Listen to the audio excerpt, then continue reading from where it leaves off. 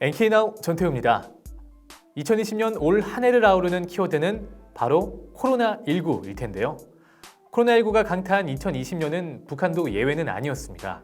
현재 북한은 코로나19를 막기 위해 국경을 전면 차단한 채 근 1년간 봉쇄 조치를 계속 이어가고 있는데요.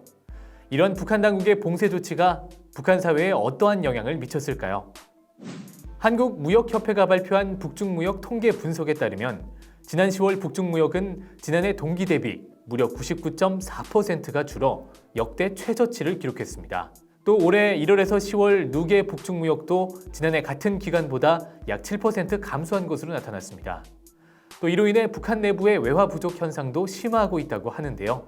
북한의 원달러 환율이 6,000원대까지 폭락하는 이례적인 현상도 나타났습니다. 이 때문에 북한 당국은 민간에 있는 외화를 흡수하려고 현재 외화 사용 금지령을 내렸다고 하는데요. 정작 주민들은 주머니를 굳게 닫고 시장에 외화를 내놓지 않고 있는 것으로 전해졌습니다. 북한 내부 경제 혼란이 가중되면서 주민들은 생활에 어려움을 호소하고 있습니다. 소식통은 고난의 행군 때보다 더하다며 역전이나 대학 기숙사 주변 등 뒷담한 건설장에 죽은 꽃제비들이 엄청 많고 여기저기서 사람이 굶어 죽었다며 스산한 현지 분위기를 전했는데요. 특히 국경 지역 주민들의 아우성은 날이 갈수록 커지고 있습니다. 또 밀수로 생계를 유지해왔던 국경의 주민들은 당국의 강력한 국경 봉쇄로 수입원이 사라지게 됐습니다. 이런 가운데 국경 봉쇄 작전을 위해 투입된 내륙의 군부대가 보다 강화된 단속과 통제를 벌이면서 당국을 향한 국경 주민들의 불만은 더욱 높아지고 있습니다. 현재 북한 당국은 국경 봉쇄 작전을 위해 특수부대인 폭풍군단을 전 국경 지역에 투입한 상태입니다.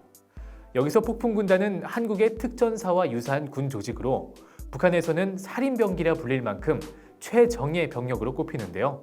폭풍군단은 전쟁 시 적진에 몰래 침투해 적의 배후 타격 그리고 교란 작전을 수행하기 위해 조직된 부대지만 이들은 당국으로부터 코로나19의 유입을 철저히 차단하라는 특명을 받고 국경에서 밀수 감시 등 전방 경계 근무를 서고 있는 형편입니다.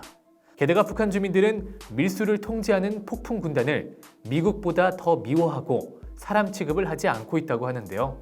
무엇보다 열악한 숙식 환경으로 건강상의 문제를 겪는 인원들이 늘어난 것으로 알려졌습니다. 이들이 국경 지역 주민들의 홀대에 주민들이 제공하는 음식마저 먹지 못하고 있으며 영양 부족에 따른 면역력 저하로 각종 질병에도 시달리고 있다고 합니다. 북한은 여전히 코로나19에 걸린 사람은 없다고 주장하고 있습니다. 하지만 어찌됐든 코로나가 북한 사회에 미친 영향은 그 어느 곳보다 심각해 보입니다. 장기화된 코로나 사태에 앞으로 북한 당국이 어떻게 극복할 수 있을까요? 지금까지 NK나우였습니다. 시청해주신 여러분 감사합니다.